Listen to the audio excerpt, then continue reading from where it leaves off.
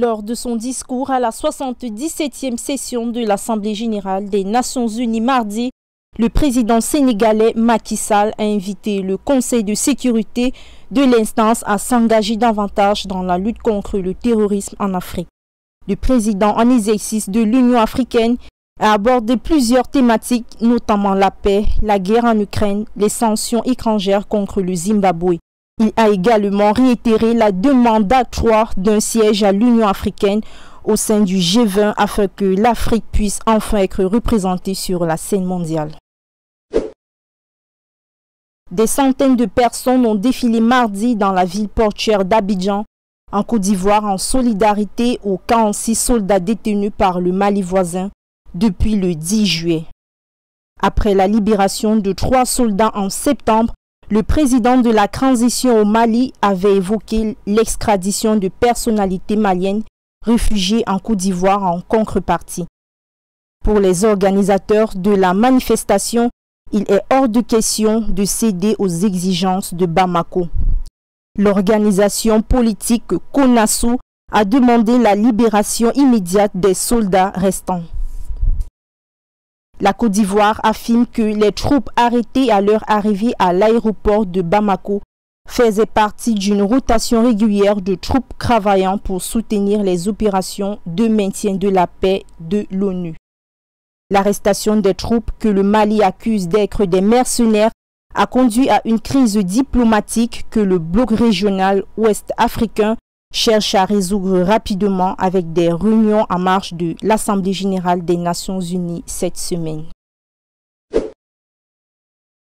Plus de 600 migrants originaires d'une dizaine de pays africains sont arrivés dans le nord du Niger après avoir été refoulés d'Algérie. Des 667 migrants, on dénombre 648 hommes, 14 femmes et 5 mineurs. Y figurent 286 Maliens, 166 Guinéens, 37 Burkinabés, 27 Sénégalais et 25 Béninois.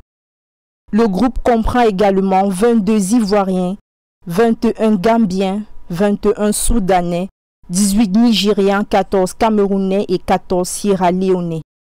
En outre, des ressortissants au Tchad, de Mauritanie, de Guinée-Bissau, du Libéria et du Togo font partie de ces refoulés. L'Organisation internationale des migrations a confirmé à l'AFP l'arrivée de la vague de migrants d'Algérie sans toutefois avancer de nombre. Selon l'Organisation internationale des migrations, l'AFP affirme être disposée à accueillir ces migrants dans leur programme d'aide au retour volontaire au niveau de leur centre de transit d'Assamaka. L'ambassadeur de l'Éthiopie auprès de l'ONU à Genève a rejeté mardi un rapport d'enquêteurs de l'ONU qui accuse Addis Abeba de possibles crimes contre l'humanité au Tigré et d'utiliser la famine comme arme de guerre. Une commission de 3 experts qui a rédigé un rapport destiné au Conseil des droits de l'homme de l'ONU estime pourtant que des crimes de guerre et des crimes contre l'humanité avaient probablement été commis durant le conflit qui déchire l'Éthiopie dans le nord du pays.